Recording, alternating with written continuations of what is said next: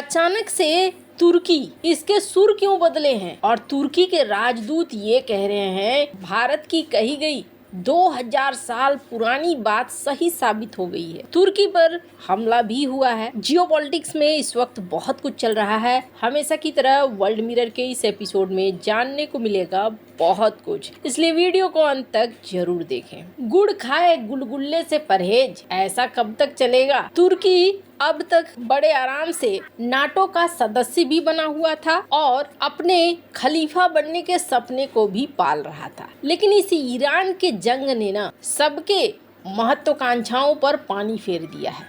अब अगर तुर्की की कहें तो तुर्की क्या कह रहा है, स्क्रीन पर एक आर्टिकल देखिए। अर्दोगन कह रहे हैं हम इस युद्ध में शामिल नहीं होंगे, हमें शामिल नहीं होना है। लेकिन कहा जा रहा है कि तुर्की तैयारियां जरूर कर रहा है, इस युद्ध में शामिल नहीं होना चाहता है, पर बार बार तुर्की के तरफ हमले होते जा रहे हैं। और तुर्की के ऊपर किस लिए हमले हो रहे हैं? एक अमेरिकी बेस है जिस बेस पर निशाना साधा जा रहा है ईरान के जरिए, और ये निशाना इसलिए खास है कि तुर्की के दक्षिणी शहर अदाना से करीब 10 किलोमीटर दूर एक सबसे बड़ा महत्वपूर्ण सैन्य अड्डा है और तुर्की सरकार वायुसेना के कंट्रोल में है। वैसे मालिकाना हक की बात करें तो तुर्की हमेशा कहता है कि ये हमारा बेस है, हमारी जमीन है, हमारा सब कुछ है। बेस कमांडर तुर्की का ब्रिगेडियर जनरल है, ये सब कुछ तुर्की का है। लेकिन कहा क्या जाता है? कहा जाता है कि ये तुर्की का नहीं बल्कि नाटो का बेस है। वैसे तो मुख्य रूप से तुर्की की वायुसेना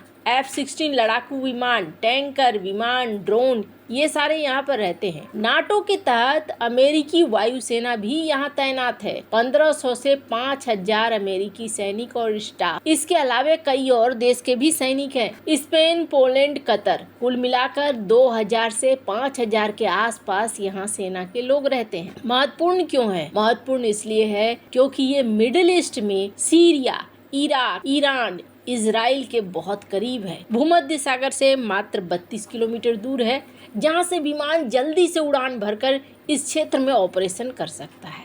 इसका इस्तेमाल किया गया था जब कोल्ड वॉर चल रहा था, तब सोवियत संघ के खिलाफ इसका इस्तेमाल किया गया। जब खाड़ी युद्ध चल रहा था, इराक युद्ध, तब भी इसका इस्तेमाल किया गया। सीरिया युद्ध में ये लॉजिस्टिक केंद्र बना। हवाई सहायता, ईंधन भराई, खुफिया जानकारी, रख रखाव, जासूसी उड़ाने, ये सब कुछ। वैसे कहा जाता है कि नाटो के न्यूक्लियर शेयरिंग प्रोग्राम के तहत अमेरिकी B-61 type tactical nuclear bomb यानी कि ग्रेविटी बम यहाँ रखे जाते हैं। ये भी कहा जाता है कि 20 से 50 B-61 परमाणु बम जमीन के नीचे सुरक्षित वॉल्ट में है।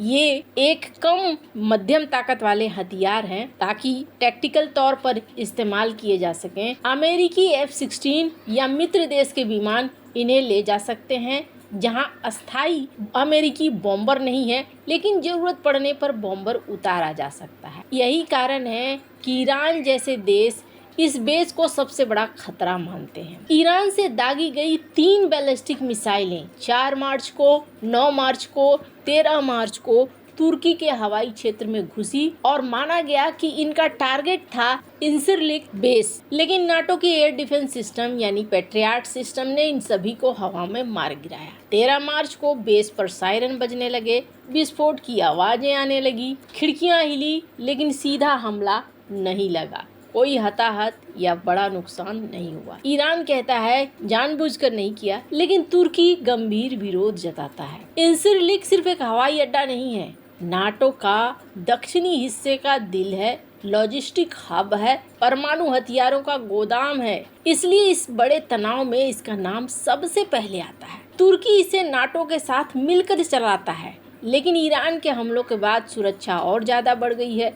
स्थिति अभी बहुत नाजुक है। अब अगर आप ध्यान से देखें तो इस वक्त अमेरिका के सपोर्ट में कहीं न कहीं ये देश नहीं आ रहे हैं, जिसकी वजह से क्या हो रहा है, ये युद्ध लंबा खिंच रहा है। अगर इतने सारे बेस बना रखे हैं अमेरिका ने और उन बेस का इस्तेमाल करना शुरू कर दे तो फिर ईरान की मुश्किल बढ़ जाएगी। लेकिन ये देश हैं जो अभी फिलहाल कहते हैं कि नहीं, हम अपना एयर स्पेस इस्तेमाल नहीं होने देंगे। लेकिन कब तक? जिस तरीके से समस्या बढ़ रही है, ये समस्या सबके लिए बढ़ रही है। पर एक अजीब सी चीज देखने को मिली, तुर्की को भारत याद आया, भारत की साझेदारी याद आई और भारत की बातें याद आई। दरअसल भारत में एक आयोजन था, जिस आयोजन में तुर्की के राजदूत ने भी हिस्सा लिया, अली मुरत एरसोय। इन्होंने क्या कहा? इन्होंने कहा कि ईरान का युद्ध एशिया पर असर डाल रहा है। युद्ध में बड़ी ताकतों के आपसी होड़ के कारण जो अस्थिरता है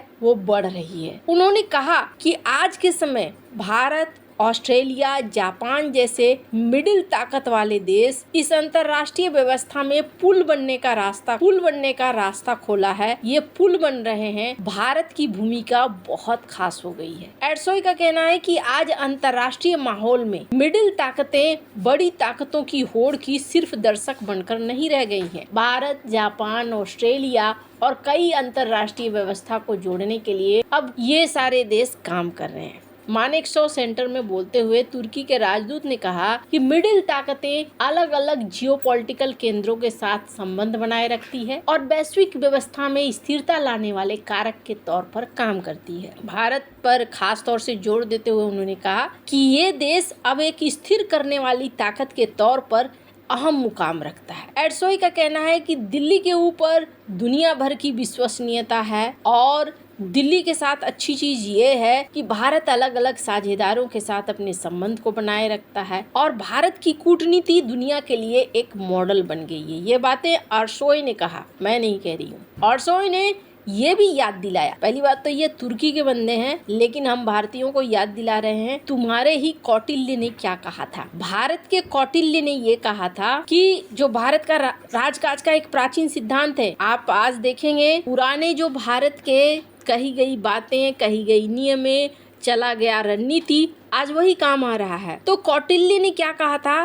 कौटिल्य ने कहा था कि देखो, किसी भी देश के आसपास ना 12 तरह के देश होते हैं और वो 12 तरह के देश कौन कौन होते हैं? एक मित्र देश होता है, एक शत्रु देश होता है, एक शत्रु का शत्रु देश होता है और मित्र का मित्र देश होता है। इस तरीके से आसपास में अगर आप देखेंगे तो करीब 12 देश होते हैं। कूटनीति ऐसी होनी चाहिए कि पहली बात, किसी के साथ इतना मजबूत ना कर लो कि उसे तोड़ ही ना सके, और दूसरी बड़ी बात, इस तरीके से फ्लेक्सिबल रहो कि हर एक के साथ बातचीत करने, हर एक के साथ दरवाजा खोलने का मौका रहे और आप उस लचीलेपन में सभी के साथ मिलकर चल सको। भारत ऐसा ही कुछ कर रहा है। तुर्की का कहना है कि अमेरिका, इजराइल, ईरान सब आए और बातचीत करें, बातचीत से हल करें। अभी ये भारत के सिद्धांतों का जिक्र कर रहे हैं कि भारत ने 2000 साल पहले ही इस बात को समझा दिया था कि आने वाला समय कैसा होने वाला है और वैसा ही समय देखने को मिल रहा है। वैसे आपको क्या लगता है? इन सब मामले में आपकी क्या राय है? कमेंट कर जरूर बताएं। जल्द मिलते हैं अगले वीडियो में नई खबर के साथ।